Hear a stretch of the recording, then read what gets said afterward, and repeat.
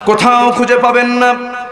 এই 30 পারা কোরআনের যত আয়াত আছে কোথাও আপনি খুঁজে পাবেন না যে কিতাব যে রাসূলকে কেন্দ্র করে নাজিল হলো সেই রাসূলকে লক্ষ্য করিয়া মুহাম্মদ বললেন না।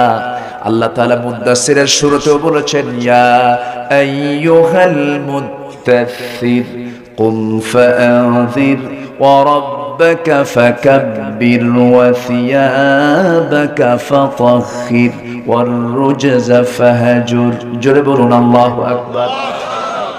হে চাদরাবৃত ব্যক্তি, কম্বল আচ্ছাদিত ব্যক্তি, আরেক জায়গায় ডাক দিচ্ছেন, ইয়া আইয়ুহাল মুসাম্মিল কুমিল লাইলা ইল্লা কালিলান নিসফাহু আওিল কুস মিনহু কালিলা আও জিদ আলাইহি ওয়া রাত্তিলিল কুরআনা তারতিলা। জোরে বলুন আল্লাহু আকবার। কোথাও নাম ধরে ডাকলেন না। এত সম্মান আল্লাহ তাকে দান করেছেন। তিনি এমন কিছু আল্লাহ পাক তার মাধ্যমে মুআজিজা ঘটিয়েছেন। এই আকাশের চাঁদ দ্বিখণ্ডন করেছেন কোন ব্যক্তি? বলেন বলেন বলেন। মুহাম্মদ সাল্লাল্লাহু। কার ক্ষমতা? বাস্তবায়ন করেছেন রাসূলের মধ্য দিয়া। নবুয়তের চ্যালেঞ্জ যখন দিয়েছিল, ইন কুনতা নাবিয়ান হাক্কা, তুমি যদি সত্যিকারের নবী হও এই আকাশের চাঁদ একটু দ্বিখণ্ডন করে দেখাও তো। এই প্রশ্ন আবু জেহেলরা করেছিল। এমন প্রশ্ন কি সামঞ্জস্যপূর্ণ প্রশ্ন নাকি? এটা বলেন, এটা কি সাধারণ কোনো প্রশ্ন নাকি? এমন প্রশ্ন নবী ছাড়া যদি অন্য কাউকে করা হয় কিয়ামত পর্যন্ত এটার জবাব কেউ দিতে পারবে নাকি? শুধু যদি একটু ঘুরায় রাসূল বলতেন, আবু জেহেল তুই ভাগ, তুই চন্দ্রটা দ্বিখণ্ডন কর, তোর 14 গোষ্ঠী পারবে নাকি? পারবে না। অযৌক্তিক একটা প্রশ্ন যখন করা হলো, আমার নবীজি চুপ মেরে থাকলেন। চুপ মেরে কোনো জবাব দিচ্ছেন না। জিবরিল আমিন এসে বলছেন, ইয়া রাসূলুল্লাহ কোনো চিন্তা নাই, শুধু নখটা উঁচু করবেন, আকাশের চাঁদ দ্বিখণ্ডন হয়ে যাবে। জোরে বলি সুবহানাল্লাহ। শুধু চাঁদ দ্বিখণ্ডনই হয়নি, আমার রাসূলের যখন জন্ম হয়, রাসূল যখন জন্ম নেন, জন্মের আগেই তো বাপ চলে গেছে। কয় মাস আগে? 6 মাস আগে। আচ্ছা, সন্তান জন্ম নিলে প্রথমেই সবচেয়ে বেশি খুশি হয় মা না বাবা? বাবাই তো খুশি হয়, মা তো হুঁশ নাই। সন্তান ডেলিভারি হওয়ার পরে মেজাজ ঠিক থাকে না, কষ্ট হয়, যন্ত্রণা হয়। কিন্তু সন্তানটা যখন বাবার কোলে আসে, বাবাটা খুব খুশি হয়। সন্তান হওয়ার সঙ্গে সঙ্গেই আমিনার কান্নার থামে না, চোখের পানি গড়ে গড়ে পড়ে। তার কান্না থামে না, অঝরে ঝরায় পানি পড়তেছে। হারে আমার ফুটন্ত চাঁদ আমার গর্ভ থেকে পৃথিবীর জমিনে চলে এলো। সন্তানটা আমি যার কোলে দেব সেই কোলওয়ালা নাই, সেই লোকটা দুনিয়া থেকে বিদায় নিয়েছে। বাচ্চাটাকে কোলেও নিতে পারেন না, কান্নার পরিমাণ বেড়ে যায়। 2 দিন চলে গেছে। 2য় দিন রাত্রিবেলা আবু তালেব একদিন নবীজির নবুয়ত লাভের পর বলছেন, মুহাম্মদ তুমি তো আজকে আল্লাহর পয়গম্বর হয়েছ, কিন্তু আমি তোমার জীবনের শুরুতে জন্মের 2 দিন পরে 2য় রাত্রিতে আমি এমন একটা দৃশ্য দেখেছি, আমার মনে হলো, স্মৃতিচারণ হলো, আমি কি তোমাকে বলবো নাকি? হ্যাঁ চাচা আপনি আমাকে বলেন। বলতেছে, মুহাম্মদ আমি তোমাকে নিজের চোখে দেখেছি, তোমাকে দেখতে এলাম 2য় রাত্রিতে। তোমার মা খুব কান্নাকাটি করতেছে, তোমার কাছে নাই তোমার মা, তুমি একাকী শুয়ে আছো।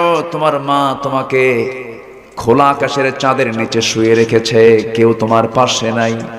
আমি তোমাকে দেখতে এসে দেখলাম তুমি একাকী শুয়ে আছো, তোমার মা পাশে বসে বসে কান্দে। তোমার সামনে আমি দাঁড়ালাম, সেই সময় নিজের চোখে দেখেছি আকাশের যে চাঁদ, সেই চাঁদটা ডান দিকে ছিল। আমি যখন লক্ষ্য করলাম তুমি বাম দিকে তাকিয়ে আছো, ডান দিকের থাকা চাঁদটা লাফ মেরে তোমার চোখের সামনে হাজির হয়ে গেছে। যখন তুমি ডান দিকে তাকাও, চাঁদ আবার ডান দিকে লাফ মেরে চলে যায়।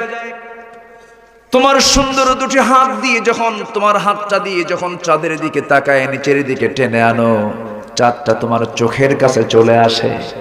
আমি কি ভুল দেখেছি না সঠিক দেখেছি? রাসূল মুস্কি হাসি মেরে বললেন, চাচা আমার বাপ তো ছিল না, আমার মার মনটা খারাপ, আমার সঙ্গে টাইমটা দেবে কে? আমার সঙ্গে খেলবে কে? আমাকে টাইমটা কে দেবে? আমার আল্লাহ সেই জন্য প্রতি রাত চাঁদটাকে আমার জন্য খেলনা বানিয়ে দিয়েছিলেন। যেরকম সুবহানাল্লাহ। সেই রাসূল হচ্ছেন আমার রাসূল। সেই রাসূলকে আল্লাহ নিজে মুহাম্মদ বলে ডাকেন না। আর আমার দেশের কিছু কুলাঙ্গার গালি দাও, জিহ্বা টেনে ছিড়বো আমরা। এরকম কিছু কুলাঙ্গার আছে না নাই? আসতে বলবেন না, আছে না নাই? আছে। বাপকে গালি দেবা সহ্য হবে, আমাকে গালি দাও তাও সহ্য হবে, আমার ভাইকে গালি দাও সহ্য হবে। রাসূলকে গালি দিবা, রাসূলকে গালি দিবা, সহ্য হবে না। অবশ্যই এদের বিরুদ্ধে প্রতিবাদের ঝড় তোলার দরকার আছে না নাই? আছে না নাই? আজ পর্যন্ত কয়েক ডজন নাস্তিক রাসূলকে নিয়ে বাজে কথা বলেছে। কোনো কঠিন শাস্তি কি হয়েছে? আসতে বলবেন না, হয়েছে? হয় নাই, হবেও না। এদের দ্বারা হবে না, সম্ভব না। সম্মানিত ভাইয়েরা, তবে হ্যাঁ, আসবে একদিন যেদিন ইসলামের বিরুদ্ধে কেউ বিরুদ্ধচারণ করতে পারবে না। আসবে না? আসতে কোন কোন আসবে না? জোরে বলি ইনশাআল্লাহ, আরো জোরে বলি ইনশাআল্লাহ। আসবে একদিন। হতাশ হওয়া যাবে না, নিরাশ হওয়া যাবে না। হয়তো আমি আজকে ভাবতেছি যেন সব হেরে গেলাম, না, আমি আপনি থাকবো না। ইসলাম ছিল, আছে, থাকবে। আমার নবীর সম্মান ছিল, আছে, থাকবে। আমার নবীর নেতৃত্ব ক্ষণিকের নেতৃত্ব নয়। তোমার নেতৃত্ব আজ আছে, কাল নাই। আমার নবীর নেতৃত্ব দুনিয়া যতদিন আছে, দুনিয়াতেও আছে, আখিরাতেও আছে। ঠিক কি না? সেই রাসূলকে আমরা ধরবো। জোরে বলি ইনশাআল্লাহ। রাসূলকে ভালোবাসবো জীবনের চাইতে একটু কম। হ্যাঁ, মানে একটু কম না বেশি? শুধু বেশি না, অনেক বেশি। আবার রাসূলকে যতটুকু ভালোবাসবো তার চাইতে আল্লাহকে ভালোবাসবো একটু কম না আরো বেশি? আরো বেশি। ইমানদার যারা, তারা সবচেয়ে বেশি ভালোবাসে কাকে? আল্লাহকে। আমরা আল্লাহকে বেশি ভালোবাসবো। নামাজ না পড়লেও চলবে। ও, নামাজ পড়তে হবে তো। জি, আমার দেশে বহু মুহাব্বতের লোক আছে, আল্লাহকে খুব মুহাব্বত করে কিন্তু নামাজ পড়ে না। বলে যে মারেফতের কানেকশন হয়ে গেছে আল্লাহর সাথে, আর কি নামাজ লাগে নাকি? এরকম কিছু আছে নাকি টাঙ্গাইলে? আছে মারেফতের কানেকশন। পানির তলে মোমবাতি বাবা বাতাসে নেভে না, বাবার নামে হালকা দিলে উজু গোসল লাগে না। মোল্লা মুন্সি নামাজ পড়ে, মারেফত তো বুঝে না, বাবার নামে হালকা দিলে সতর ঢাকন লাগে না। যেরকম নাউজুবিল্লাহ। খাজা দিল কর তাজা, ইসমে জালাল গাজার কলকি খাওয়া হালাল। যেরকম নাউজুবিল্লাহ। এই সমস্ত ইবলিসের কিছু পাঠশালা আমার দেশে আছে না নাই? আছে না নাই? আছে। এদের সংখ্যাও কম না। এরা বলে গাজা নাকি বেহেশতের গাছ। জোরে বলি নাউজুবিল্লাহ। গাজা খেয়ে হয়ে যায় রাজা, প্রতি টানে তৃপ্তি আনে। বিড়ি খাওয়া তো সুন্নতে মুআক্কাদা। হ্যাঁ, বিড়ি আমার দেশে কম খায় না বেশি খায়? কত পার্সেন্ট খায়? হ্যাঁ, না, এত না হবে না, এত হবে না, তবে 80% হবে। 70 থেকে 80, 70 থেকে 80 হবে মনে হয়। কারণ গ্রামের দিকে একটু জরিপ করে দেখেন না, এত কিছু কিছু চাচা আছে 80 বছর বয়স, টান দেখে মনে হয় 16 বছর। আছে না নাই? যখন টান দেয় মানে যৌবনের শক্তি ফিরে পেয়েছে চাচা। এরকম আছে না নাই? কি টান মারে। আমি বরিশাল থেকে গত বছর আসতেছিলাম, ভোলা থেকে বরিশাল, ফেরিতে পার হচ্ছে গাড়ি করে। এক চাচা দেখি টুলে বসে নদীর পানির ঢেউ দেখছে আর বিড়ি টানছে। বললাম, চাচা এত বছর বয়স হলে এখনো টানাটানি বন্ধ করে? বাবা বুঝবা না, বিড়ি উন্নতির সিঁড়ি। দেখেন কি ফতুয়া আজম, ফতুয়া দিয়ে দিল। তো আমরা এই সমস্ত নেশাকে বর্জন করব। জোরে বলি ইনশাআল্লাহ। এই নবীর উম্মত হয়ে যদি বিড়ি খাই, এটা কেমন লজ্জার কথা বলেন তো? কত লজ্জার কথা। আমার এই নবীর উম্মত, যে নবী কোনোদিন নেশার ধারে যান নাই, কোন স্মোকিং কোন নবীর জীবনে ছিল না, আমরা ওই স্মোকিং এ যাব না। জোরে বলি ইনশাআল্লাহ। জোরে বলি ইনশাআল্লাহ। এমন স্মোকারও আছেন খুব টেনশন করে, আল্লাহ হুজুর আপনারা যে কবরের ওয়াজ করেন কিয়ামত পর্যন্ত শুয়ে থাকতে হবে, এত লম্বা টাইম কাটাবো কেমনে, 2-1 প্যাকেট কি বিড়ি পাওয়া যাবে না? মানে ওর টাইম পার করতে রাজি আছে কিন্তু বিড়ি দিতে হবে। জোরে বলি নাউজুবিল্লাহ। এগুলোর ধারে পাশে আমরা যাব না। নামাজি হব, নামাজের সঙ্গে দুর্গন্ধের কোনো সম্পর্ক। নামাজ আগে না ওযু আগে? ওযু মানে কি কোনো দুর্গন্ধ থাকা যাবে? ওযু মানে কোনো নাপাকি থাকা যাবে? ওযু মানে কোনো ভাইরাস থাকা যাবে? ওযু মানে কোনো করোনা থাকা যাবে? যাবে না। করোনা তো একটা ভাইরাস কেবল আসলো, অসংখ্য ভাইরাস চোখ মুখ নাকের সামনে দিয়ে ঘুরে ফিরে বেড়ায়, আছে না নাই? আচ্ছা, এগুলোর জন্য কি দরকার বলেন? কি দরকার? ওযু দরকার। ওযু করা কি বলেন? ওযু করা নফল নাকি এলাকা? ওযু করা কি ফরজ। তাহলে ওযু করা ফরজ, তাহাজ্জুদ নামাজ পড়া কি? হ্যাঁ, তাহাজ্জুদ নামাজ পড়া কি নফল। বলেন বলেন, তাহাজ্জুদ নামাজ পড়া কি? ফজর নামাজ পড়া কি ফরজ। আচ্ছা, ফজর নামাজ পড়া ফরজ, ওযু করা ফরজ। তাহাজ্জুদ নামাজ পড়া নফল, কিন্তু তাহাজ্জুদ নামাজের জন্য ওযু করা কি? তাহলে ওযুর সর্বক্ষণের জন্য কি ফরজ। তাহলে পবিত্রতাটা কত গুরুত্বপূর্ণ। নামাজ নফল, নামাজে দাঁড়াতেই ওযু কি ফরজ। আল্লাহ পাক এই হুকুমটা দিয়েছেন কেন জানেন? নাপাকি থেকে দূরে থাকো, রোগ থেকে দূরে থাকো। যার নামাজ আছে, যার ওযু আছে, যার কোরআন তেলাওয়াত আছে, জটিল কোন রোগ তার শরীরে বাসা বাঁধবে না। আলহামদুলিল্লাহ বলেন। আমার ভাইয়েরা, সেই সূরা মুদ্দাসসির থেকে কথা বলছিলাম। সূরা মুদ্দাসসিরের আমি শেষের দিকে 41 থেকে আমি 46 পর্যন্ত 5টা আয়াত তেলাওয়াত করেছি। এই 5টা আয়াতের উপরে একটু কথা বলার চেষ্টা করব খুব সংক্ষিপ্ত করে। সূরা মুদ্দাসসির, সূরার নাম কি বলেন? মুদ্দাসসির। মুদ্দাসসির কাকে বোঝানো হয়েছে? রাসূলকে বোঝানো হয়েছে। সকল পাপের মূল উৎস কয়টা? 3টা বলছি। 1 নম্বর অহংকার করা, আরো 2টা আছে, একটু ব্যাখ্যার দিকে যাব। এই যুবক যাও কই? মা ফি মুশকিলা? ফি মুশকিলা? কোনো প্রবলেম? বসো, বসতে হবে, যেতে দেব না তো। পালাবেন কোথায়? রাগ করতেছেন নাকি? রাগ করতেছেন? কোনো যাওয়া যাবে নাই, একটু বসেন। খুব চাপচুপ মারলে একটু শক্ত করে বসেন না। খুব যদি প্রবলেম হয় তাহলে একটু একটা নখ উঁচা করবেন, আর যদি বেশি প্রবলেম হয় 2 নখ উঁচা করবেন। দয়া করে 3 নখ কেউ দেখাবেন না, বিড়ির টানে যেন কেউ যায় না। সম্মানিত ভাইয়েরা, একটু বসেন। যুবকরা একটু বসো। যুবকদের দাম ইসলামে সবচেয়ে কম না বেশি? যুবকের জন্য রাসূল নিজের গায়ের চাদর খুলে দিয়েছেন। এক যুবক সামনে দাঁড়ায় আছে, বসার জায়গা পায় না। সাহাবীরা আলোচনা শুনতেছেন। রাসূল বলেন, এই যুবক দাঁড়ায় কি করো? সামনে দাঁড়ায় আছে। রাসূল তার নিজের গায়ের চাদর তার হাতের দিকে নিক্ষেপ করে বলেন, মিকদাদ তুমি আমার চাদরে বসো। একটু আস্তে বলেন সুবহানাল্লাহ। যুবকদের দাম সবচেয়ে কম না বেশি? বুড়াদের দাম দেখছেন কম। এই তো কাম সারা। এই বাপ মার খেদমত করতে হবে না? বাপ মার খেদমত করা কি নফল কয়? বাপ মার খেদমত করা কি ফরজ? বাপ মাকে দেখা কি ফরজ? বাপ মাকে ভাত কাপড় চোপড় দেওয়া কি ফরজ? শেষ বয়সে দেখা কি ফরজ? তাহলে বুড়া মানুষের দাম কম না বেশি? এই দেখুন কয় বেশি, এই দেখুন কম। দুটেই বলে বুড়া মানুষের দাম আছে। হ্যাঁ, বুড়া মানুষের যুবক এক সময় ছিল, তবে বুড়োদের বিরোধীদের বেশি। মাহফিল করবেন যুবকরা। আচ্ছা, কোথাও কি লেখা থাকে বিরাট বুড়া সমাজ কর্তৃক আয়োজিত মাহফিল আছে এরকম কোথাও? সব মাহফিল করে বুড়া মানুষ না যুবক মানুষ? যুবকরা। আর বাধা দেয় কারা? এই যে বুড়ারা। আছে না নাই বলেন তো? বুড়া মানুষ মন খারাপ করবেন না।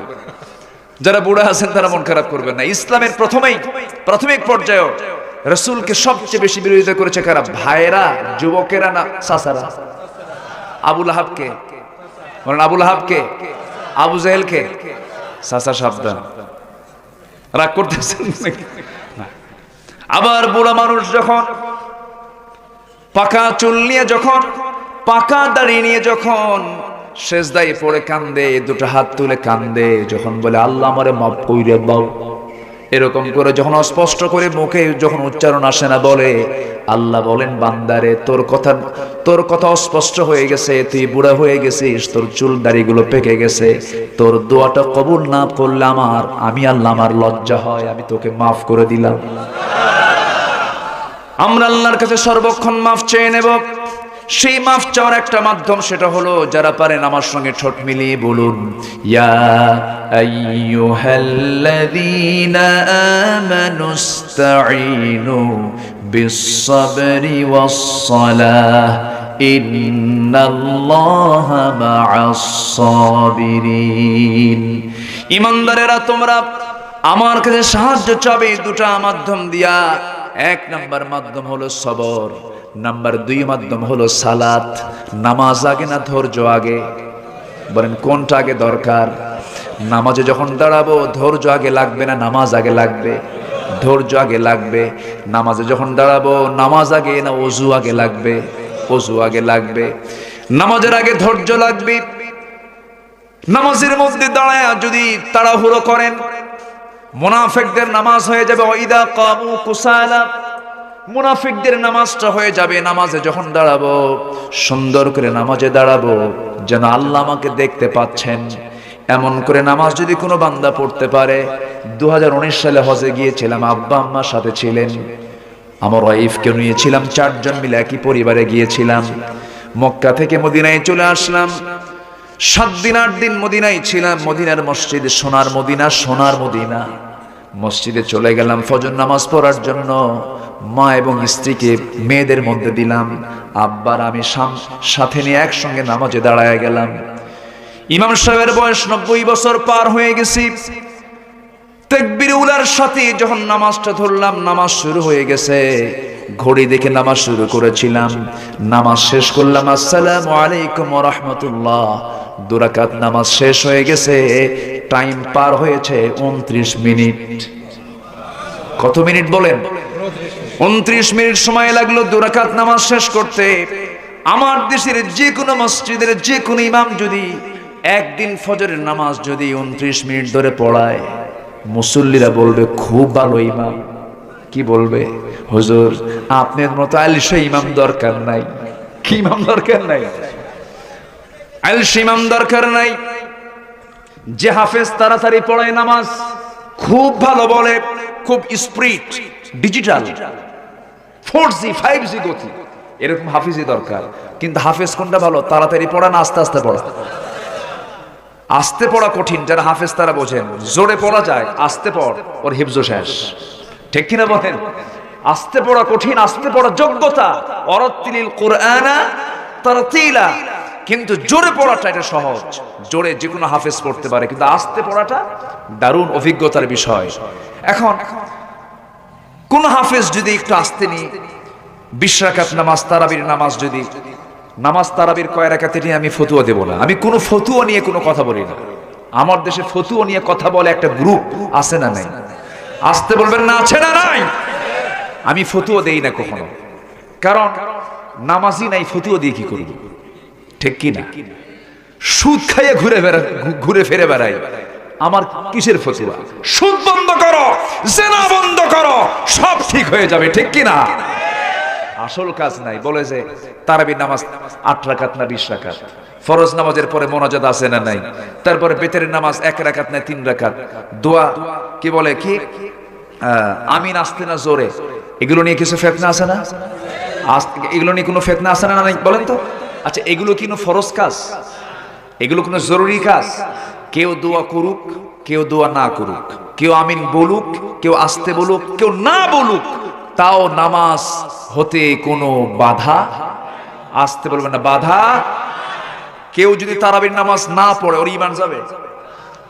যে নামাজ না পড়লে ঈমান যায় না, সেই নামাজ 8 না 20, এটা নিয়ে মারামারি করার দরকার আছে? সুদের বিরুদ্ধে কথা কও, ওইদিকে কবা না। জেনার বিরুদ্ধে কথা বলো, বাতিল নেতৃত্বের বিরুদ্ধে কথা বলো, জালিমদের বিরুদ্ধে কথা বলো, তা না বলে তুমি ফিতনা সৃষ্টি করো না। আমরা ওই দিকে যাব না। ওলা দলিনার জলিন লাগছে গন্ডগোল, মাঝখানে সলিমুদ্দি পড়ে গেছে এক চিপার মধ্যে, ওই দিক থেকে লাঠি এই দিক থেকে লাঠি, দল্লিন আর জল্লিন গ্রুপ। এই তুই কোন দিক? দল্লিন। ভাই নামাজে পড়ি না।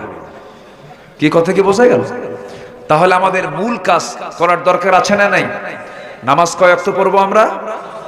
আসতে বলবেন না, কয় ওয়াক্ত নামাজ পড়বো? একা না জামাতে? আস্তে না তাড়াতাড়ি? তাড়াতাড়ি। আস্তে আস্তে না তাড়াতাড়ি? সময় না অসময়ে? ওয়াজ হওয়া দরকার, সময় না অসময়ে? আজকে কি? আজকে একটু অসময় হয়ে গেছে, আর কিছু সময় আমি কষ্ট দিচ্ছি। থাকবেন না? থাকবে থাকবে থাকবে, সারা রাত বললেও থাকবে, থাকবে থাকবে ইনশাআল্লাহ। থাকবেন আপনারা? থাকতে রাজি আছেন ফজর পর্যন্ত? থাকবেন? থাকবেন, আমি কিছুক্ষণ পর চলে যাব। জি, অনেক ভালো মানুষ আপনারা, বলি আলহামদুলিল্লাহ। জাহান্নাম থেকে বাঁচতে চাই আমরা, চারটা কাজ করব। কয়টা কাজ? যে কাজ জাহান্নামীরা করে তার উল্টা করব। জাহান্নামীরা জাহান্নামে যাওয়ার কারণ হলো চারটা। কয়টা? চারটা। আল্লাহ পাক কোরআনে সূরা মুদ্দাসসিরে তুলে ধরেছেন, আমরা একটা একটা করে একটু শুনি। আল্লাহ রাব্বুল আলামিন বলেন, আনিল মুজরিমিনা মা সালাকাকুম ফি সাকার ক্বালু লাম নাকু মিনাল মুসাল্লিন ওয়া লাম নাকু নুতঈমুল মিসকিনা ওয়া কুন্না নাখুযু মা'আল খায়িদিন ওয়া কুন্না নুকাযযিবু বিয়াউমিদ্দিন হাত্তা আতানাল ইয়াকিন। জোরে বলুন আল্লাহু আকবার। জাহান্নামীরা যখন জাহান্নামে নিক্ষিপ্ত হবে, তাদেরকে প্রশ্ন করা হবে, জাহান্নামীরা মুজরিম, তোমরা আজকে জাহান্নামে কেন? সাকার নামক দোজখে কেন? জাহান্নাম মোট কয়টা বলেন? বলেন। জাহান্নাম মোট কয়টা? জান্নাত কয়টা? 8টা। এই যে প্রশ্ন করছি, বিরক্ত হচ্ছেন? প্রশ্ন করার দুইটা উপকার, একটা হলো মনে থাকবে বেশি আর ঘুম ধরবে না। আমার ভাইয়েরা, জাহান্নাম হলো 7টা, জান্নাত হলো 8টা, কিন্তু জাহান্নামে বেশি না জান্নাতি বেশি? বলেন। জান্নাতি বেশি? কি বলেন? বলেন কারা বেশি? আজকের সমাজ দেখলেও টের পাওয়া যায়, পৃথিবী দেখলেও টের পাওয়া যায়। জান্নাতের লোক আর কয়জন আছে? জাহান্নামের পরিমাণটাই বেশি, কিন্তু জাহান্নামে যে বান্দা যাবে, বান্দার দোষে না আল্লাহর দোষে?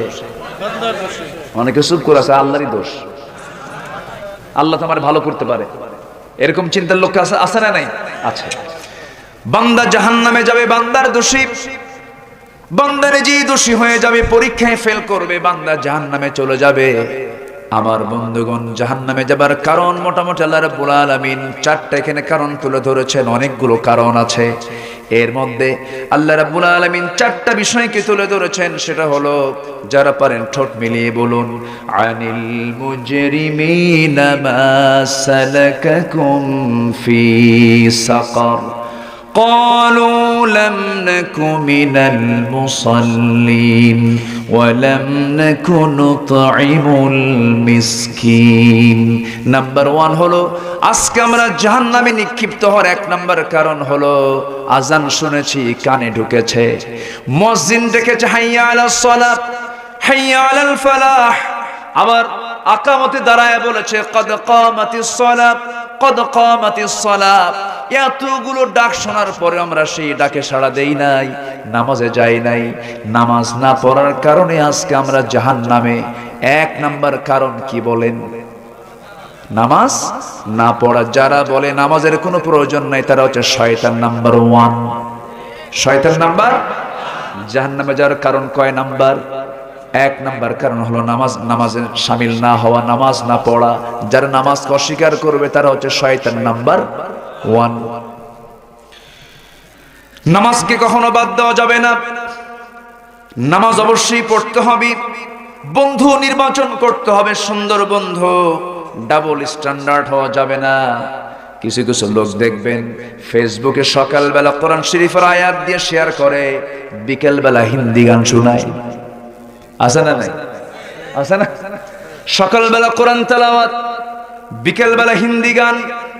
আবার মসজিদে জামাতে 5 ওয়াক্ত সালাত পড়ে, আবার বিকেল বেলা গার্লফ্রেন্ড নিয়ে ঘোরাফেরাও করে।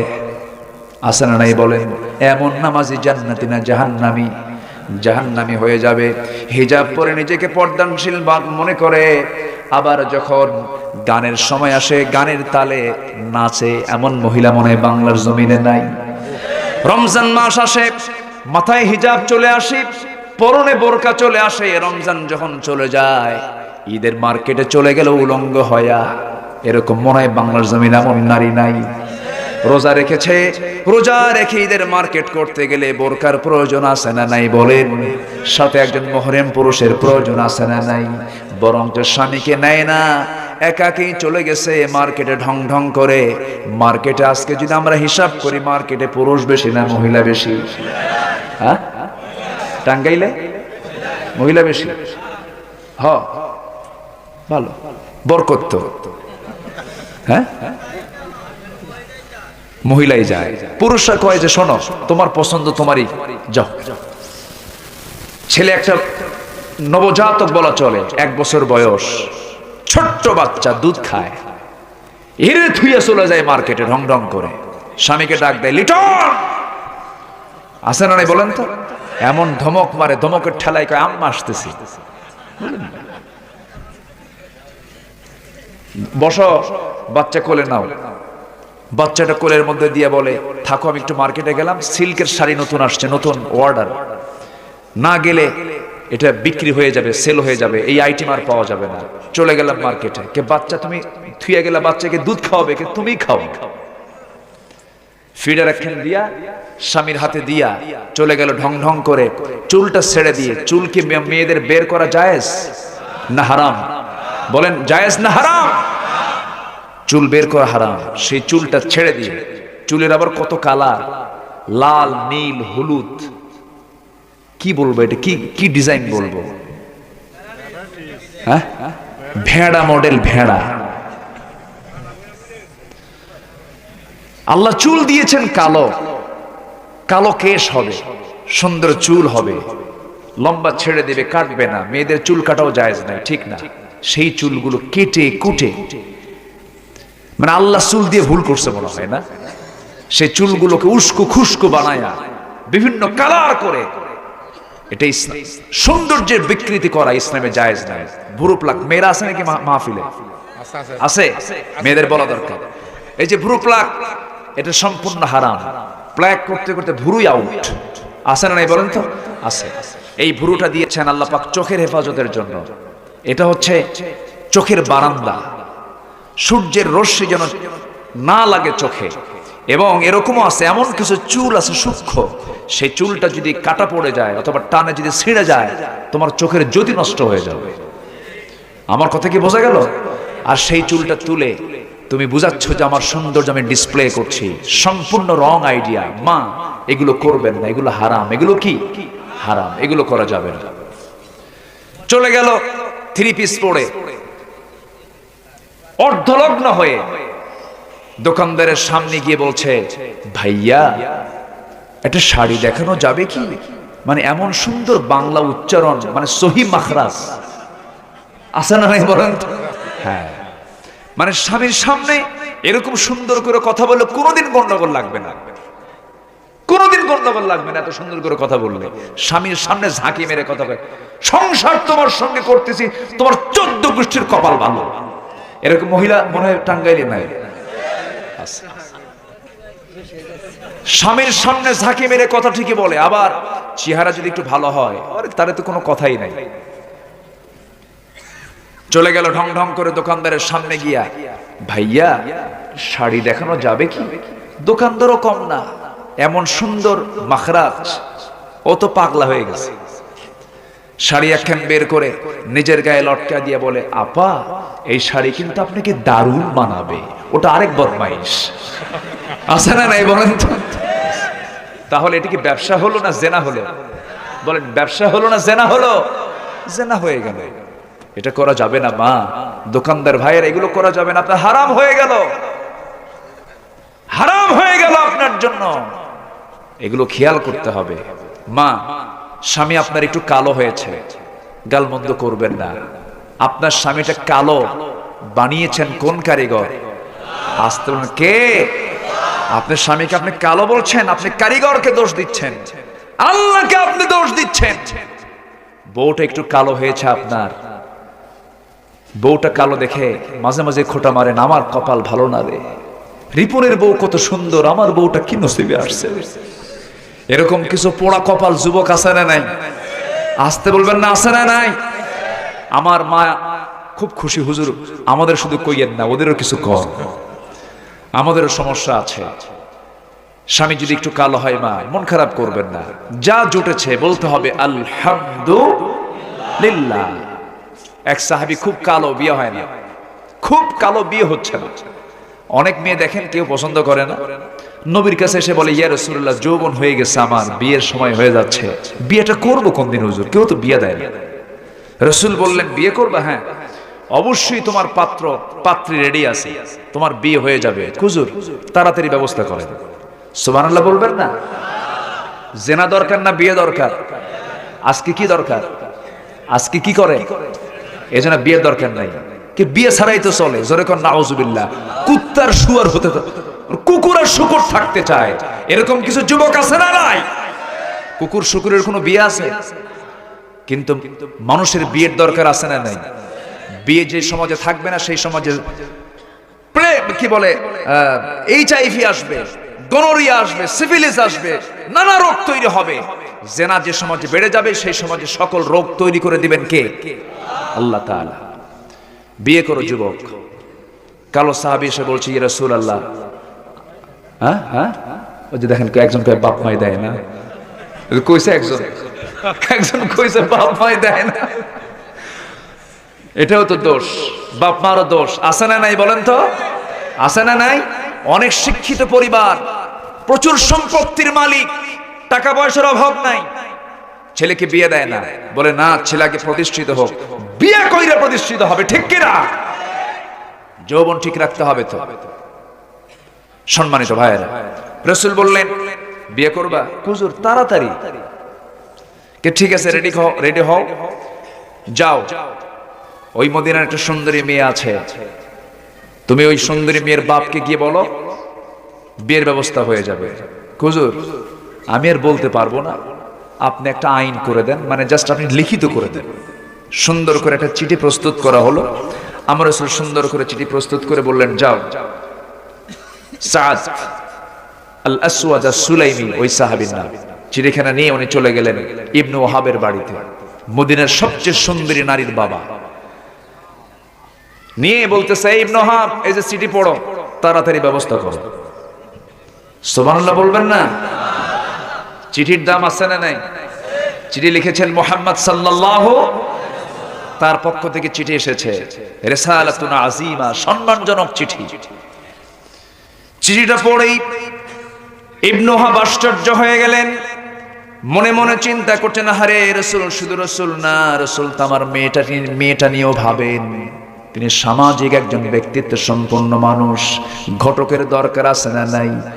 নামটু ঘটক, হ্যাঁ মিথ্যুক ঘটক, ঘটকালির তো প্রয়োজন আছে। আমার রাসূল ঘটকও ছিলেন, মিথ্যা কথা বলে কখনো এগুলো চাপানো যাবে না। ছেলে তো বিয়ের জন্য এক পায়ে খাড়া, মানে ঠ্যাং নাই, আছে না এরকম? আছে না? মিথ্যা কথাগুলো বলে বলে অনেক কিছু মিথ্যাচার করে বিয়ের ব্যবস্থা করা হয়, এটা করা উচিত না, সব ওপেন করে দেওয়া উচিত। আমার নবীজির চিঠি পাওয়া মাত্রই সাহাবী দারুণ খুশি হয়ে বললেন, ও সাহাবী আমার কোনো আপত্তি না, আমি মেয়ের বাপ রাজি আছি, কিন্তু তোমার সৌন্দর্য আর আমার মেয়ের সৌন্দর্য সম্পূর্ণ বাহ্যিকভাবে উল্টা, তুমি কালো, আমার মেয়েটা ফর্সা। আমার মেয়ে যদি পছন্দ না করে আমার কিছু করার থাকবে না। মেয়েদের এই ক্ষেত্রে স্বাধীনতা আছে না নাই? আচ্ছা বাপ জোর করে বিয়ে দিতে পারবে না, আবার মেয়ে একাও বিয়ে কোথাও বসতে পারবে না, এই ক্ষেত্রে সবার পরামর্শের প্রয়োজন আছে না নাই? ইজাব কবুলের দরকার আছে না নাই? ওলির দরকার আছে না নাই? আছে। এই থামেন, বয়ফ্রেন্ডের বড় কথা পরে বলতেছি। আমার ভাইয়েরা, আমার বন্ধুগণ, আমার রাসূল যখন এই কথা বলে দিলেন, সাহাবী চিঠিখানা পেয়ে দারুণ আশ্চর্য হয়ে রাজি হয়ে গেলেন, কিন্তু বলেন আমার মেয়েটাকে আগে বলি দেখি আমার মেয়েটা কি বলে। মেয়ের কাছে গিয়ে যখন বলতেছেন, মা নবীজি প্রস্তাব দিয়েছেন কিন্তু ছেলেটা কালো। মেয়েটা কাঁদতে কাঁদতে অস্থির হয়ে যাচ্ছে। বাপের ভুল ধারণা হয়ে গেল। বাপ বলতেছে, মা মনে হয় তোমার পছন্দ হয় নাই, আমি বিয়ে দেব না। এবার মেয়েটা বলছে, বাবা বুঝতে ভুল করেছো, এই জাগতিক জীবনে আমারও যদি কোনো বিয়ে হয়, আমার নবীর পছন্দ করা সেই কালো ছেলেটাই আমার একমাত্র স্বামী হবে। যেরকম সুবহানাল্লাহ। তাদের কাছে চেহারা আগে না তাকওয়া আগে? তাকওয়াটা আগে ছিল। এখন কি আগে বলেন? এখন টাকা। যাক, আরেকটা জিনিস প্লাস হয়েছে আমার ভাইয়েরা। আচ্ছা, এইগুলো কথা কি বলার দরকার আছে না? আচ্ছা, আমার মায়েরা একটু কান লাগান। বিয়েটা হয়ে যাবে, মেয়েটাও রাজি, বাপও রাজি। এবার বাপ এসে বলছে, ও ছেলে, ও সাদ আল আসওয়াদ সুলাইমি, আমার মেয়েটা রাজি হয়ে গেছে। আনন্দ দেখে কে দূর মেরে মেরে চলে গেছেন নবীর দরবারে গিয়ে বলছেন, ইয়া রাসূলুল্লাহ, সব রাজি হয়ে গেছে। কে? মেয়ে রাজি, মেয়ের বাপ রাজি, আমিও রাজি, তাড়াতাড়ি বিয়ে দিয়ে দেন। রাসূল বললেন, বিয়েতে দেব, কিন্তু টাকা ছাড়া তো বিয়ে করা যাবে না। টাকা লাগবে মেয়ে পক্ষের না ছেলে পক্ষের? কিন্তু আজকের সমাজে লাগে ছেলে পক্ষের না মেয়ে পক্ষের। সোজা না উল্টা?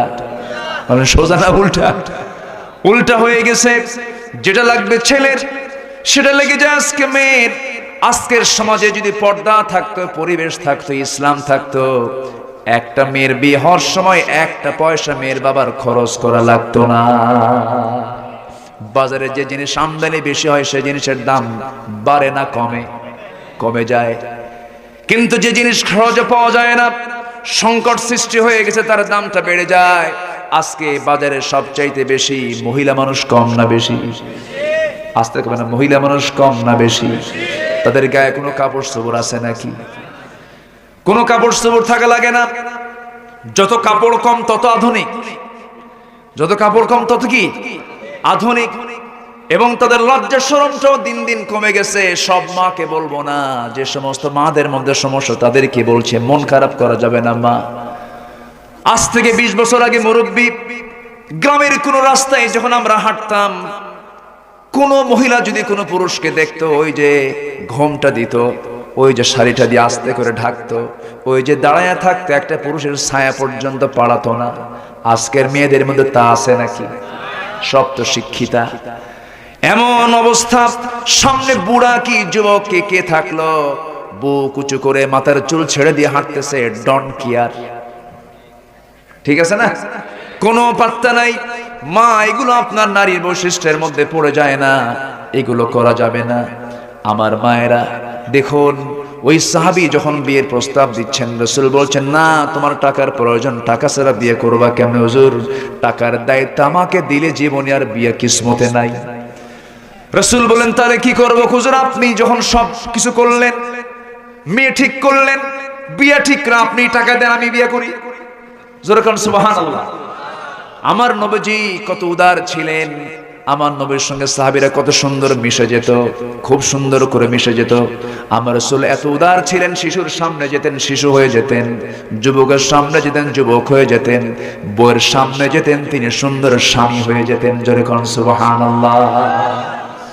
আম্মা জান আয়েশা বলেন, আমি নবীর চাইতে দীর্ঘদিনের ছোট, 40 বছরও বেশি সময় ছোট আমি তার। কিন্তু রাসূল যখন আমাকে সময় দিতেন তখন মনে হতো তিনি ইয়াং মানুষ। যখন তিনি একদিন উহুদের ময়দানে রাসূল আমাকে বললেন, আয়েশা যুদ্ধ থেমে গেছে, চলো রাতের বেলার সময় তোমাকে দিতে পারেন, একটু দৌড়ের পাল্লা দেই। দৌড়ের পাল্লা দিলেন। বিশ্বনবী সেই দিনের দৌড়ে হেরে গেলেন। হেরে যাওয়ার পর বলছেন, আয়েশা পারলাম না তোমার সাথে। খুব খুশি হয়ে গেলেন, বউটাকে খুশি করলেন। অনেকদিন পর আম্মা জান আয়েশা বলেন, মদিনার মাটিতে একদিন রাসূল বলছেন, আয়েশা আজকে দৌড়ের পাল্লা দেই।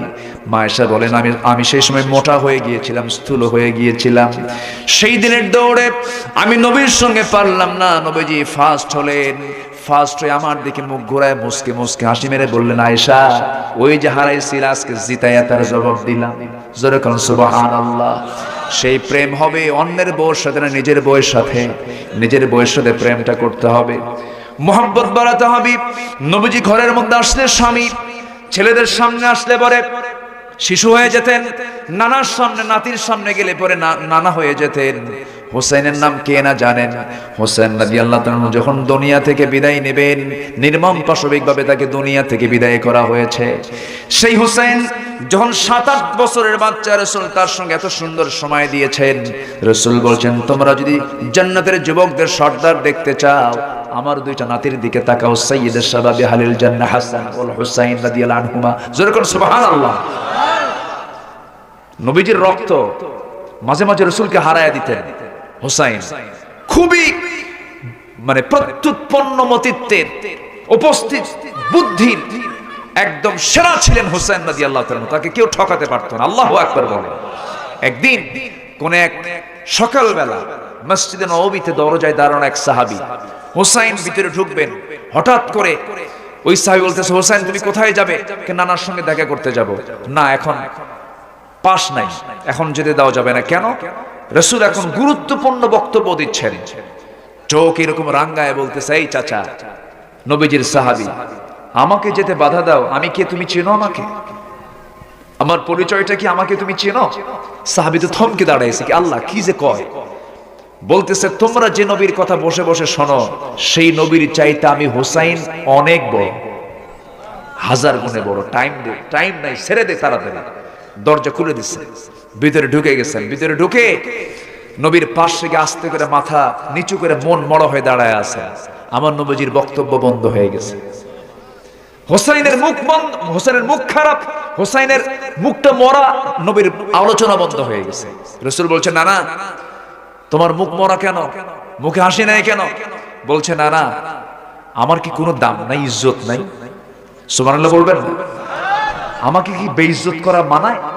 আমার দাম কি কিছুই নাই? কে না না, তোমারে কে কি কইছে? তাড়াতাড়ি কও, বিচার করে দিচ্ছি। কে না না, বিচার করতে হবে না। আমি তোমাকে একটা কথা বলতে চাই, কি আমি তোমার চেয়ে ছোট না বড়? রাসূল বললেন, তুমি আমার চাইতে বয়সে ছোট, তুমি আমার নাতি, আমি তোমার নানা, আমি আল্লাহর রাসূল, আমি তো তোমার বড়ই হবে, এটাই স্বাভাবিক। না না না, এটা বুঝতে ভুল আপনার, আমি বড়। সুবহানাল্লাহ বলবেন না? সাহাবীরা পিনপতন নীরব হয়ে এই দৃশ্যগুলো অবলোকন করছে। বিশ্ব নবী কাকে বলে? বিশ্বমানের চরিত্র যার, বিশ্ব নবী তার নাম। আল্লাহু আকবার বলে। রাসূল বলছেন, না না, ঠিক আছে, তাহলে তুমি আমার চেয়ে কেমনে বড় আমাকে একটু বোঝাও। রাসূল কি ধমক দিলেন? আস্তে রাসূল কি ধমক দিলেন?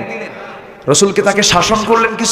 কিচ্ছু বললেন, শাসালেন না। আচ্ছা ঠিক আছে, না না, তুমি কেমন করে বড় আমাকে একটু বোঝাও তো। না না, বুঝাবো, শর্ত আছে। কি? যত সাহাবী তোমার আছে, সব সাহাবীকে আজকে আমার সামনে ডাকো, ওদের একটু বুঝায় দিই, আমার খুব ডিস্টার্ব করে। জোরে কোন সুবহানাল্লাহ। সব ডাকো। সবগুলোকে ডাকছে। ডাকার পরে রাসূল বলছেন, না না, সবাই ডাকছি, এখন কি বলো? না না, তুমি একটু শুয়ে পড়ো তো। আমার রাসূলকে শোয়ায় দিলেন। শোয়ায় দিয়ে চট করে লাফ মেরে নবীজির বুকের উপরে গিয়ে বসলেন হোসেন রাদিয়াল্লাহু তাআলা আনহু।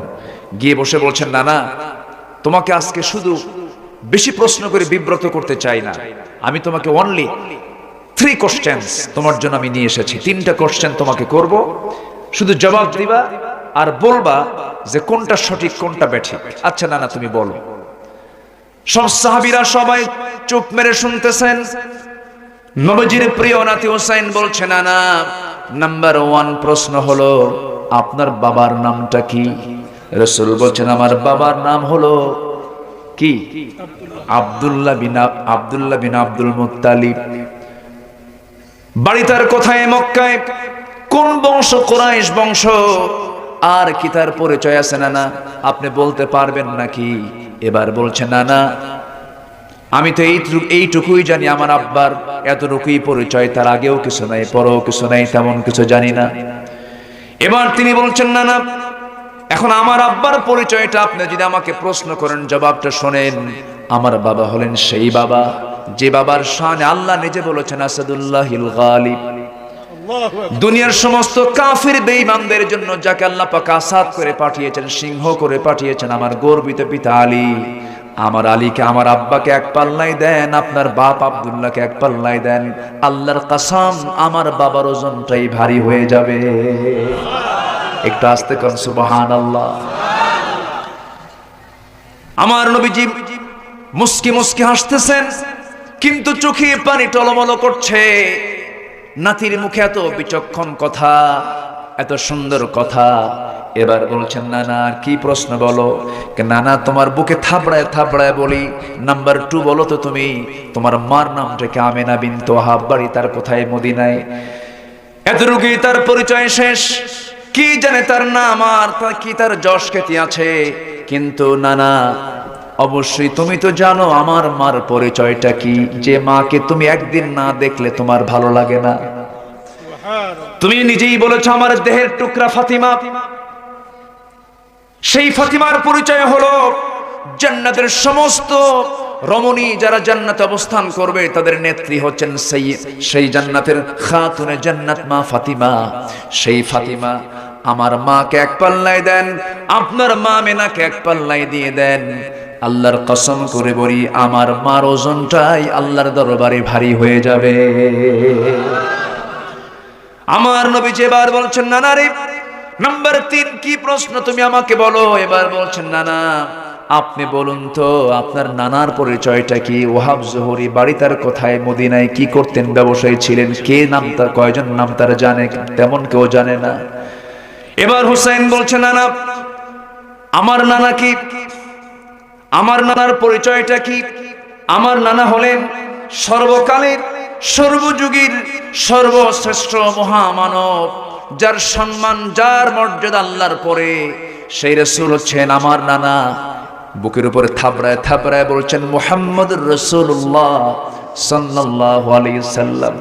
সাহাবীরা কান্দে, আমার নবীও কান্দেন। কেঁদে কেঁদে বুকের সঙ্গে জড়িয়ে রেখে মাথা থেকে শুরু করে পা পর্যন্ত চিবুকে গণ্ড দেশে সব জায়গায় চুমু চুমু দিয়ে ভরায় দিয়ে বলছেন, নানা রে আমি আজকে নবুয়ত লাভের পরেও তোর কাছে যুক্তির কাছে হেরে গেলাম। তুই আসলেই বড় নানা। জোরে কান সুবহানাল্লাহ।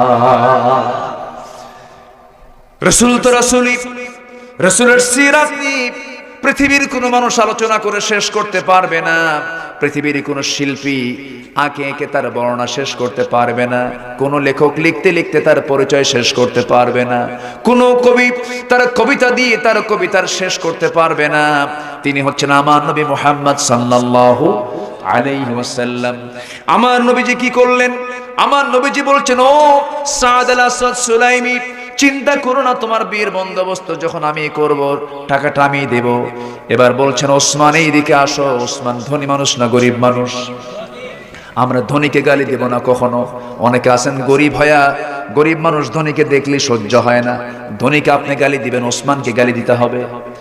ধনীকে আপনি গালি দিবেন, সুলাইমানকে গালি দিতে হবে। সুলাইমান আলাইহিস সালাতু ওয়াস সালাম এত বড় ধনী ছিলেন, রানী বিলকিস যখন তার দরবারে উপঢৌকন স্বরূপ 6টা স্বর্ণের ইট নিয়ে এসে যখন রাষ্ট্রদূত কর্তৃক যখন আল্লাহর পয়গম্বর সাল্লাল্লাহু আলাইহি ওয়াসাল্লামকে যখন উপহার দেওয়ার জন্য নিয়ে আসতেছিল, এমন সময় 6টা ইট নিয়ে রাষ্ট্রদূত যখন দরবারের মধ্যে ঢুকতে নাই, সেই সময় দেখো এরকম একটা ইট নয়, লক্ষ লক্ষ ইট সুলাইমানের রাজ দরবারের মাটিতে ফেলে দেওয়া।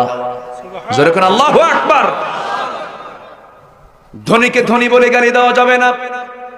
ধনীর দামও ইসলামে আছে, গরিবের দামও ইসলামে আছে। তবে গরিব বেশি আগে জান্নাতে চলে যাবে। গরিবের দাম, ধনীর দামও আছে না নাই? ধনীর দামটাও আছে। ধনী না হলে আপনি আপনার সম্পদ ব্যয় করবেন কেমনে? ওসমানের সম্পদ দিয়া, খাদিজা রাদিয়াল্লাহু আনহার সম্পদ দিয়া, আবু বকরের সম্পদ দিয়ে ইসলামের কাজ করেছেন মুহাম্মদ সাল্লাল্লাহু আলাইহি ওয়াসাল্লাম। ধনীদের দরকার আছে না নাই? মাহফিল এই মাদ্রাসা চলার জন্য ধনীর দরকার আছে না নাই? আছে। ধনীদেরকে আমরা গালি দেব না। অনেকে ধনীদেরকে এক চেটিয়ে গেলে দেয়, ও তো হবেই, ও কি ভালো করে করছে নাকি, মানে হিংসার ঠেলায় ধনী গালি খায় শেষ হয়ে যায়। ধনীর প্রয়োজন আছে না নাই? তাকে বলতে হবে আপনার সম্পদগুলোকে আপনি কাজে লাগান। এবার ধনী প্রয়োজন হয়ে গেল। গরিব সাহাবীর জন্য ধনী সাহাবী ওসমানকে ডাক দিয়ে বলছেন, ওসমান আমাকে তুমি 200 দিরহাম দাও। নোমান তুমি 200 দিরহাম দাও। 200 200 400 দিরহাম আমার নবীজি হাতের মধ্যে নিয়ে বলছেন, সাদ যাও বিয়ের বাজার করে আনো। বিয়ের বাজার করতে গেলেন। বিয়ের বাজার করতে নিয়ে বাজার সম্পূর্ণ শেষ হয়ে গেছে প্রায়। এমন সময় একজন সাহাবী এসে বলছে, সাদ তুমি কি জানো জিহাদের ডাক চলে এসেছে, বিয়ে করবে না জিহাদে যাবে? সাহাবী কিছুক্ষণ চক্ষুটা নিচের দিকে রেখে মনে মনে চিন্তা করলেন কি করব, কি করা যায়, জিহাদ আগে না বিয়ে আগে। এবার মনে মনে চিন্তা করছেন বিয়ের পিড়িতে বারবার পর বসার সুযোগ আছে, কিন্তু জিহাদের ডাক আমার কানে আর জীবনে নাও আসতে পারে। এই চিন্তা মাথায় নিয়ে করলেন কি, সঙ্গে সঙ্গে তিনি ওই টাকা দিয়া একটা ঘোড়া একটা তরবারি কিনলেন, নবীর চক্ষু আড়াল করে জিহাদের ময়দানে ঝাঁপিয়ে পড়লেন। যুদ্ধ করতে গিয়া সাদ শাহাদত বরণ করলেন। শহীদ যখন হয়ে গেলেন, হাত কাটা, পা কাটা, গলা কাটা, দেহ লাশ হয়ে পড়ে আছে। নবীর কানে সংবাদ গেল, হুজুর ইয়া রাসূলুল্লাহ, সাদ তো দুনিয়াতে বেঁচে নেই। কোন সাদ? যে সাদের বিয়ের কথা গতকালকে ছিল। আমার নবীজি সঙ্গে সঙ্গে দৌড় মেরে তার লাশের সামনে গিয়ে দাঁড়ালেন। চেহারার দিকে তাকায়া কান্নায় ভেঙ্গে পড়েন একবার, আবার মুস্কি মুস্কি হাসেন, আবার কান্দেন, আবার হাসেন। সাহাবীরা বলছেন, ইয়া রাসূলুল্লাহ, এমন তো আচরণ কখনো লক্ষ্য করিনি আপনার মুখ থেকে, আপনি এমনটা করছেন কোন, হাসেন কান্দের কারণটা কি? রাসূল বলছেন, সাহাবীরা কান্দে জন্য, আমার সাহাবী দুনিয়ার জিন্দেগিতে একটা স্ত্রী হিসেবে একটা নারীকে গ্রহণ করতে পারল না, এই জন্য আমি কান্দি। সব ব্যবস্থা হয়ে গেল কিন্তু পারল না, কিন্তু আর হাসতেছে আমি এই জন্য, আমি আমার নবুয়তি চক্ষু দিয়ে দেখতে পেতেছি আমার সাদের জন্য জান্নাতের হুর আর গেলমানরা তাকে টানাটানি করে বেহেশতের দিকে নিয়ে চলে যেতেছে। জোরে বলে সুবহানাল্লাহ। আমার নবীজি জানাজা সম্পূর্ণ করলেন, সম্পূর্ণ করে বলছেন, সাহাবীরা রে, আমার সাদ যে বাজার করেছিল, যে ঘোড়া কিনেছিল, যে তরবারি কিনেছিল, সেই ঘোড়ার তরবারি আমার সামনে নিয়ে আসো। নিয়ে আসা হলো। এবার বলা হলো মদিনার সবচেয়ে সুন্দরী নারীকে আমার সামনে হাজির করা হলো। বলছেন, হোরে মদিনা, আজকে যদি আমার সাদ বেঁচে থাকতো রে, তোর স্বামী হয়ে যেত, তুই বড় ভাগ্যবতী হয়ে যেতি, কিন্তু আজকে সে শাহাদত বরণ করেছে। সে যে বাজার করেছে, সেই বাজার করা ঘোড়াটা আর এই তরবারিটা তার স্মৃতিস্বরূপ আমি তোমাকে হাদিয়া স্বরূপ দিয়ে দিলাম। ওই মহিলা সাহাবী এই হাদিয়ার স্বরূপ এটা গ্রহণ করলেন, বাড়ির দিকে রওনা করলেন। আমার মা এই সমস্ত সিরাত থেকে অনেকগুলো শেখার কিছু আছে, এগুলো একটু বোঝার চেষ্টা করবেন, জানার চেষ্টা করবেন। আজান যখন হয়ে যাবে, সকল কাজ ফেলে দিয়া বাড়ির কোনায় দাঁড়ায় যাবেন নামাজে। আল্লাহ পাক পুরুষের জামাতে নামাজ পড়ার সমান সওয়াব আপনার আমলনামায় দিয়ে দিবে। আল্লাহ তুমি মাদেরকে কবুল করো। আরো জোরে বলি আল্লাহুম্মা আমিন। জাহান্নামে যাওয়ার কারণ চারটা। কয়টা? শেষ করে দিই আজকে। না আর কতক্ষণ চালাই বলেন তো? আর কিছু না, আর কিছু আলোচনা চলুক, আলোচনা চলুক, বলেন চলুক।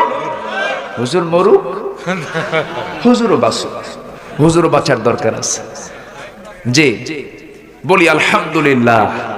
আমি এরকম শ্রোতা খুব কম পাই না তা না, পাই, কিন্তু একটা লোক নড়ে না, একজন মানুষ ওঠে না। আমি মনে হয় টাঙ্গাইলে এটাই প্রথম আমার। আলহামদুলিল্লাহ।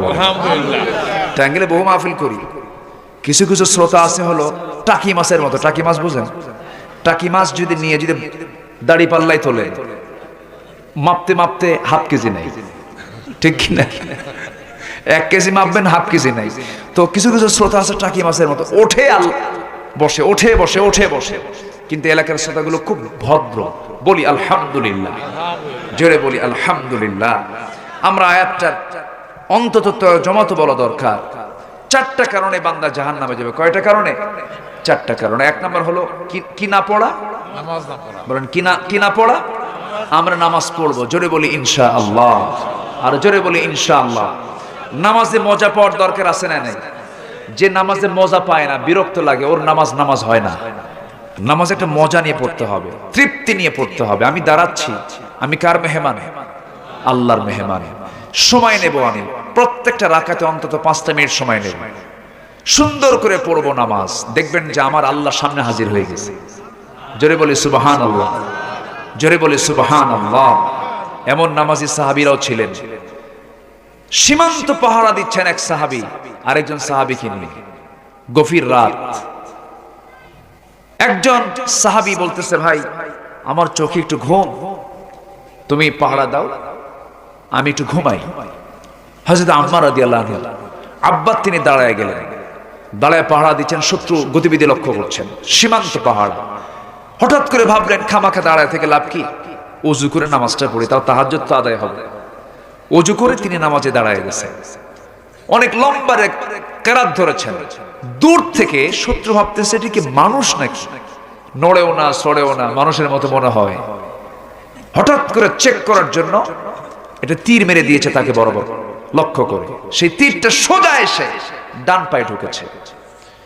ডান পায়ে ঢোকার সঙ্গে সঙ্গে নামাজের মধ্যে তিনি তেলাওয়াত করছিলেন, লক্ষ্য করলেন শত্রু তাকে আক্রমণ করে বসেছে, নামাজ তিনি ছাড়লেন না।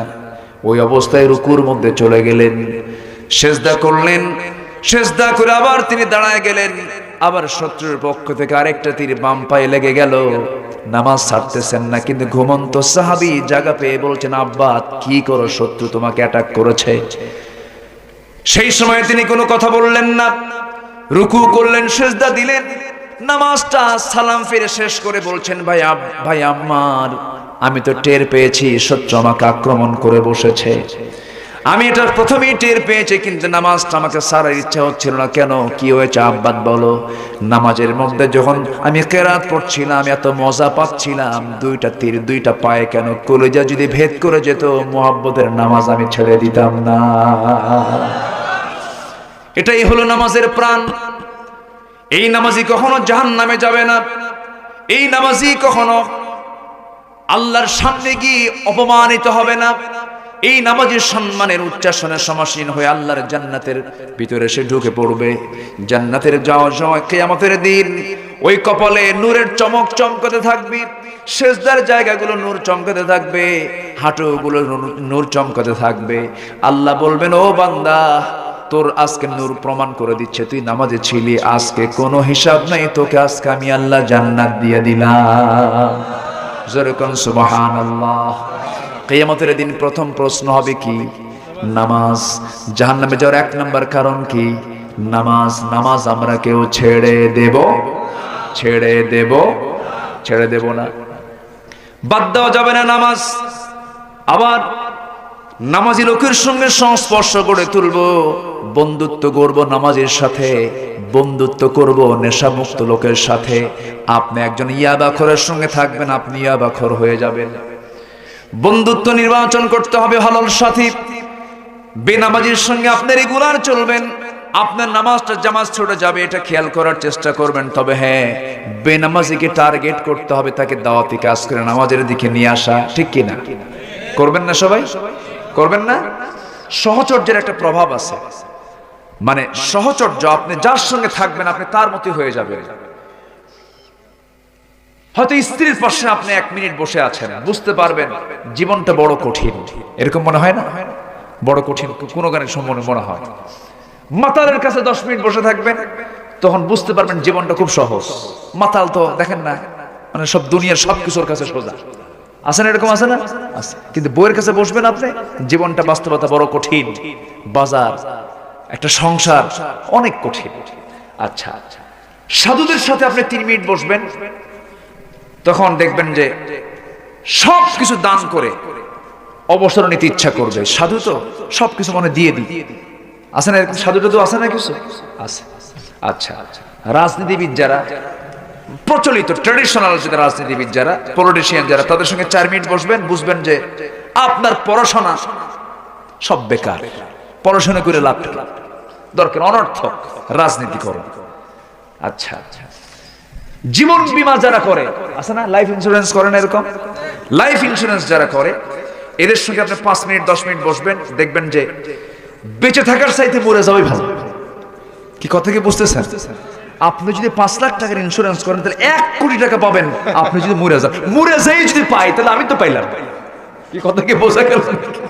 আচ্ছা, তারপরে একজন ব্যবসায়ীর সঙ্গে যদি আপনি মোটামুটি 5-6 মিনিট বসেন, তাহলে বুঝতে পারবেন যে আপনি যে চাকরি করেন এটা কোনো কামাই না, ঠিক আছে না? তখন মনে হয় আমি অস্তিত্বহীন একজন মানুষ, এরকম মনে হয়।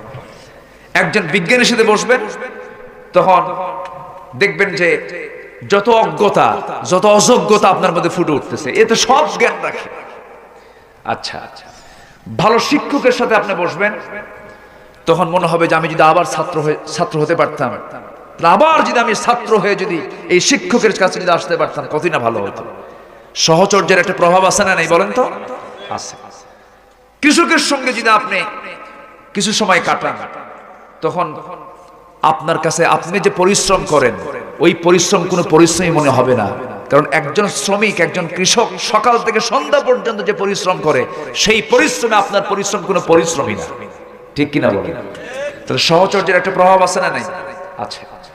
একটা সৈনিকের সঙ্গে যদি আপনি বসেন, তখন মনে হবে যে সৈনিকই একমাত্র মানে সুশৃঙ্খল জীবন যাপন করে। আমি তো, আমার মধ্যে কোনো সুশৃঙ্খলা নাই, আমার ভিতরে একটা অনিয়মিত জীবন কাজ করে, নিয়মতান্ত্রিক কোনো জীবন আমার ভিতরে নাই বললেই চলে।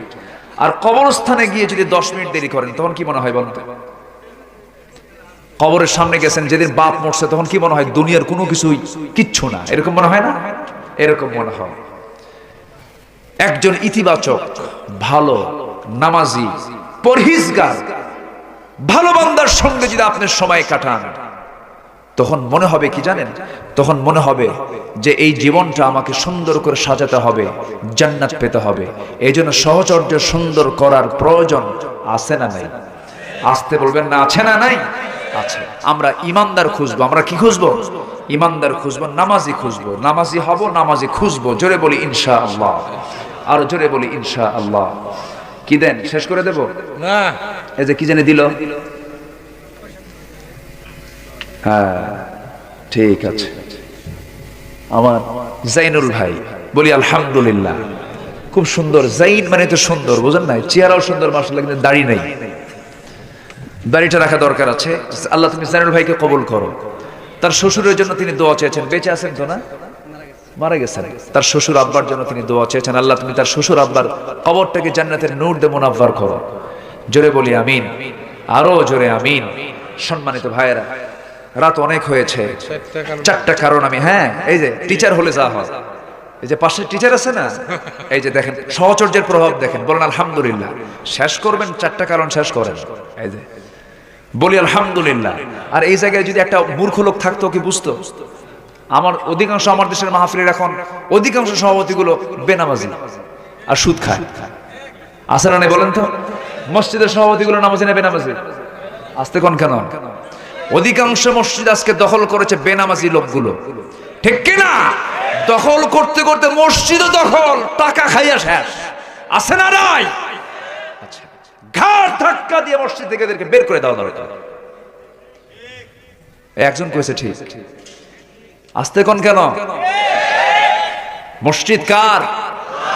মসজিদের আবাদ করবে কারা? বেনামাজি না নামাজি? ইন্নামা ইয়ামুরু মাসাজিদাল্লাহি মান আমানা বিল্লাহ ওয়াল ইয়াউমিল আখির ওয়া আকামুস সালাহ ওয়া লাম ইয়াখশা ইল্লাল্লাহ। আল্লাহু আকবার বলেন। আর সেই মসজিদ আবাদ করছে আজকে সুদখোর, শরাবখোর, মদ খায়া চোখ লাল বানায়া থাকে। 7 দিন পর মসজিদে যায়, হাজিরা দেয় ওর খুদ, ওর সভাপতি পদ ঠিক রাখার জন্য। আছে না নাই? আছে না নাই? ওগুলোকে আমরা জুতা মারি, ওগুলোর সাথে আমাদের কোনো সম্পর্ক। কষ্ট পাচ্ছেন নাকি আপনারা? আল্লাহ তুমি কবুল করো। জাহান্নামে যাওয়ার কারণ হলো 4টা। নাম্বার 2, ওয়ালাম নাকু নুতি'আমুল মিসকিন। মিসকিন দেখেছি কিন্তু ওদেরকে খাবার দেই নাই, অসহায়ের পাশে দাঁড়াই নাই। বান্দার হক নষ্ট করেছি। নামাজ কার হক? আর মিসকিনকে খাবার দেওয়া বান্দার হক। কার হক? যেখানে আল্লাহ পাক তার হকের কথা বলেছেন, সেখানে বান্দার হকের কথা বলেছেন। আকামুস সালাহ ওয়া আতাউজ যাকাত। নামাজ কায়েম করো, যাকাত দাও। যাকাত বান্দার, আর নামাজ কার? আল্লাহ। সম্মানিত ভাইয়েরা, ব্যাখ্যা করলে তো অনেক লম্বা ব্যাখ্যা হয়ে যায়। লম্বা করব? টেনে লম্বা করব না? জি, এত ধৈর্যশীল আপনার এলাকা। কি বিমুগ্ধতা আছে, আলহামদুলিল্লাহ, আগ্রহী আছে। খুব সুন্দর। আপনারা জানেন ভাই, আমার আর দাওয়াত দিবেন না এই জায়গায়। লোকজন তো আমারে ছাড়ে না। জি, খুব ভালো, আলহামদুলিল্লাহ। বলি আলহামদুলিল্লাহ। আচ্ছা, তাহলে মিসকিনকে দেখলে আমরা তাড়ায়া দেব? তাড়ায়া দেব? ইন্টারভিউ নেব? মিসকিনকে ইন্টারভিউ নাই। এই ভিক্ষা করতে আসছো, সূরা ফাতিহা পারো? আছে, এরকম আছে কিন্তু। সূরা ফাতিহা কয়, হ্যাঁ বিসমিল্লাহ কও। তুমি কি বাড়ি কোথায়? ভিক্ষা কেন করতে আসছো? কি সমস্যা তোমার? আচ্ছা, ওর কি ভিক্ষা করার শর্ত? ওগুলো বলেন তো ভিক্ষা ভিক্ষা করার শর্ত হলো সূরা ফাতিহা জানিতে হইবে, দোয়া কুনুত শিখিত হইবে, এরকম কোথাও আছে নাকি? প্রশ্ন কইরা শেষ পর্যন্ত এখন ভিক্ষুক কয় তোর ভিক্ষা দরকার নাই, তুই আমারে দৌড়, আছে না নাই বলেন তো? আছে। আবার কিছু ভিআইপি ভিক্ষুক আমার দেশে আছে, মোবাইল নিয়ে ফোন করে, হ্যালো ভাই আমি তো অমুক জায়গায় দাঁড়ায় আছি, অনেকক্ষণ সময় চলে গেল, ভিক্ষা কি পাওয়া যাবে? এরকম কিন্তু আছে গুলশান বনের দিকে। আবার গুলিস্তানে এক ভিক্ষুকে পেয়েছিলাম, পা নাই হাতও নাই, বেচারা মাযুর, ও ভিক্ষা করে বেশ 11 বছর 12 বছর ধরে ভিক্ষা করে। ওর 4-5টা ট্যাক্সি ক্যাব আছে, ট্যাক্সি ক্যাব বুঝলেন তো, 4-5টা গাড়ি ভাড়ায় চলে, বাড়ি নিজস্ব একটা বাড়িও আছে। তো একদিন বললাম, ভাই তুমি ভিক্ষা করো, তোমার তো এখন সবকিছু আছে, কি ভাই এটা তো আমার ব্যবসা। দেখছেন ভিক্ষা কি ব্যবসা হয়? আচ্ছা ভিক্ষা কি ব্যবসা হয় বলেন তো? ব্যবসা হয় না। কিভাবে ব্যবসা? বিনা তবিলে ব্যবসা, বসেই হাত নাই পা নাই দেখে এমনি দিয়ে যায়। আমি এখন কি করি কম? সম্মানিত ভাইয়েরা, ওই ভিক্ষুক হওয়া যাবে না। সবচেয়ে নিকৃষ্ট হালাল হলো চাওয়া। নিকৃষ্ট হালাল কি? চাওয়া। নিকৃষ্ট হালাল হলো তালাক দেওয়া। নিকৃষ্ট হালাল কি? তালাক দেওয়া। জঘন্য কাজ কিন্তু জায়েজ, জঘন্য কাজ কিন্তু জায়েজ। ভিক্ষুককে আমরা কখনো, মিসকিনকে আমরা কখনো তাড়ায় দেব না, কোনো প্রশ্ন করব না। কোন লোক যদি খেতে আসে, মিসকিন অন্য ধর্মের লোক হতে পারে, হিন্দু হতে পারে, বৌদ্ধ হতে পারে, খ্রিস্টান হতে পারে, যে লোকটা আসুক তোমার দ্বারস্থ হোক, খাবার নাই, অর্থ নাই, কিচ্ছু নাই, উজাড় করে দাও, আল্লাহ তোমাকে জান্নাত দিয়ে দিবে। জোরে বলে সুবহানাল্লাহ। প্রশ্ন করা যাবে, আসতে পারে প্রশ্ন করা যাবে, প্রশ্ন করা যাবে না। এই থামেন না, জায়েজ নেই, ওটা ধর্মীয় কাজ, তো এটা করা যাবে না। সম্মানিত ভাইয়েরা, আবার আল্লাহর ঘর মসজিদে কোন অবৈধ টাকা যদি কেউ দেয়, আল্লাহর ঘরের কোনো সমস্যা আছে? আসতে কোন কেন? যে দিছে তার সমস্যা আছে। কথা বোঝা গেল কি? যে দিছে তার সমস্যা আছে। কিছু কিছু কথা আনুষ্ঠানিক ভাবে না বলাই ভালো, ঠিক আছে না? জি, আল্লাহ তুমি সবাইকে বোঝার তৌফিক দাও। কারণ একটা শক্তি লেগে আছে, অপশক্তি লেগে আছে, কাকে কিভাবে পেঁচানো যায় লাভ নাই। কোরআন থেকে কথা বলে যাব, বুক উঁচু করে বলবো, সামনে গিয়ে যাব, পিঠ দেখাবো না, বাতিল শক্তির কাছে মাথা নত করবো না আমরা। জোরে বলি ইনশাআল্লাহ। সম্মানিত ভাইয়েরা, তাহলে এক নাম্বার আল্লাহর হক নামাজ, বান্দার হক হচ্ছে মিসকিনদেরকে আমরা খাবার দেন উৎসাহিত করবো। ওয়ালা ইয়াহুদ্দু আলা তুআমিল মিসকিন। অনেক আয়াত ছিল, এই সমস্ত আয়াতের সাথে সাথে আরো অনেক আয়াত আছে। আচ্ছা, এরপর কি আওয়াজ হয়? ও আচ্ছা, ভাবতেছি কি কিনা ফায়ার টায়ার হলো নাকি আবার। আচ্ছা, এরপর ওয়ালাম নাকুনু ওয়াকুন্না নাখুদু মাআল খাইদিন। আমরা সমালোচককারীদের সঙ্গে সমালোচনা করতাম। গীবত শিকায়েত তো টাঙ্গাইলে নাই, হ্যাঁ? গীবত শিকায়েত আছে? গীবত করা কি শুধু হারাম? শুধু হারাম না বড় হারাম? গীবত করা মানে কার গোশত খাওয়া? আপন ভাইয়ের কি? আপন ভাইয়ের মরা গোশত খাওয়া, মৃত ভাইয়ের গোশত খাওয়া। লাহমা আখিহি ফাকারিহতুমুহ। অতএব তোমরা এটা থেকে দূরে থাকো। গীবত মানে হলো নিজের আমলনামা গীবতকারীর আমলনামে ট্রান্সফার করে দেওয়া। এক কথা শেষ। নিজের আমলনামা গীবত, যার গীবত করা হলো, যে ব্যক্তির গীবত করা হলো, সেই গীবতকৃত যার গীবত করা হয়েছে, সেই ব্যক্তির আমলনামায় নিজের আমলনামাকে ট্রান্সফার করে দেওয়া। হাসরের ময়দানে অনেক বান্দা দেখবে তার তাহাজ্জুদ নামাজ নাই, তার নফল নামাজ নাই, তার আমল সদকা দান কিচ্ছু নাই। আল্লাহকে বলবে, আল্লাহ, তাফসীরে কুরতুবীতে সেদিন দেখলাম, তাফসীরে কুরতুবীতে এসেছে, আল্লাহ এতগুলো আমার তাহাজ্জুদ, এতগুলো দান সদকা গেল কই? তখন বলা হবে, এই বান্দা, তোমার আমলনামাগুলো ট্রান্সফার হয়ে গেছে। ওই যে বিকাশের সেন্ড মানি হয় না, ক্যাশ আউট হয় না, কে তোমার আমলনামাগুলো সব ট্রান্সফার হয়েছে কার কাছে? যার গীবত করে আসছো দুনিয়াতে, তার আমলনামায় সব চলে গেছে। গীবত করা যাবে? গীবত করা মানে যার গীবত করেছেন তার ক্ষতি করা না উপকার করা? বলেন, দুনিয়ারও উপকার, আখিরাতেরও উপকার। অতএব গীবত করার দরকার, গীবত করার দরকার নাই। গ্রামের চার দোকানগুলো গিবতের আড্ডাখানা। এই মোড়ে মোড়ে রাস্তার চতুর্কোণ, তারপর ত্রিমোহনী, চতুর্মোহনী, বিভিন্ন জায়গায় আছে না দোকানগুলো, স্টলগুলো আছে, বসে বসে খেলে, জানো অমুকের মেয়েটা কি করছে, তুমি কি জানো? এরকম আছে না নাই বলেন তো? সব গুণাগুলো আপনার আমলনামায় চলে আসতেছে। না, অন্যের দোষ না নিজের দোষ। নিজের দোষ খুঁজবো, অন্যের গুণ খুঁজবো, আমি জান্নাত পেয়ে যাবো। জোরে বলে সুবহানাল্লাহ। নিজের দোষ খোঁজো, অন্যের কি খোঁজো? গুণ খোঁজো। অন্যের গুণটা খোঁজো, নিজের দোষটা খুঁজে খুঁজে বের করো। সারাদিন আমি কয়টা মিথ্যা কথা বললাম, আমি সারাদিন কয়জন লোকের সঙ্গে খারাপ আচরণ করলাম, সারাদিন আমি কয়টা বাজে কথা বললাম, সারাদিন আমি কোনো হারাম কোনো খাবার খেয়েছি নাকি, সারাদিন কোনো মিথ্যা কথা বলেছি নাকি, সারাদিন কোনো বাজে কোনো কাজ করেছি নাকি, সময়টা নষ্ট করেছি নাকি। এমন করে দিন শেষে, বেলা শেষে হিসাব যে কষবে, আল্লাহ তাকে অবশ্যই জান্নাত দিয়ে দিবেন। কিন্তু যে বান্দা এই সমস্ত কাজের পিছনে চিন্তাশীল হবে না, তার জন্য জাহান্নাম। নাম্বার 1 হলো নামাজটা আমরা পড়বো, জাহান্নামী নামাজ পড়বে না। আমরা বান্দার হক নষ্ট করব না, জাহান্নামীরা বান্দার হক নষ্ট করবে।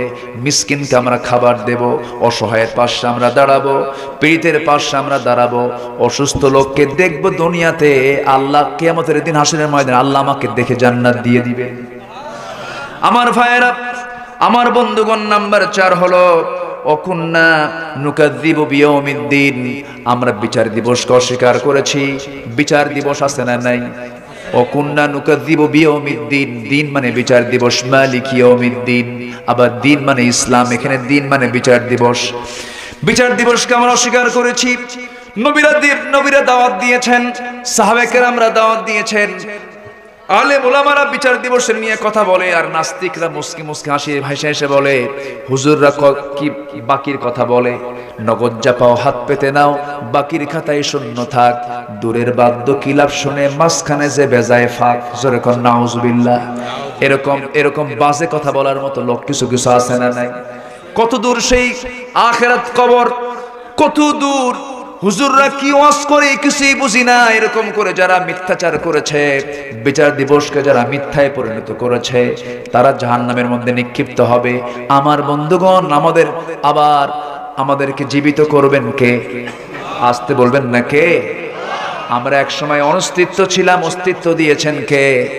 আবার এই অস্তিত্ব থেকে আবার মৃত্যু দান করবেন কে? আবার জিন্দা করবেন কে?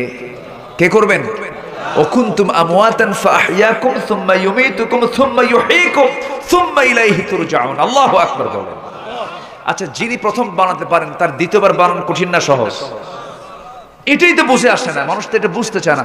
যে আল্লাহ আমাকে প্রথমবার বানাতে পারলেন, সে আল্লাহকে আমাকে দ্বিতীয়বার বানাতে তার কষ্ট হবে না আরো সহজ?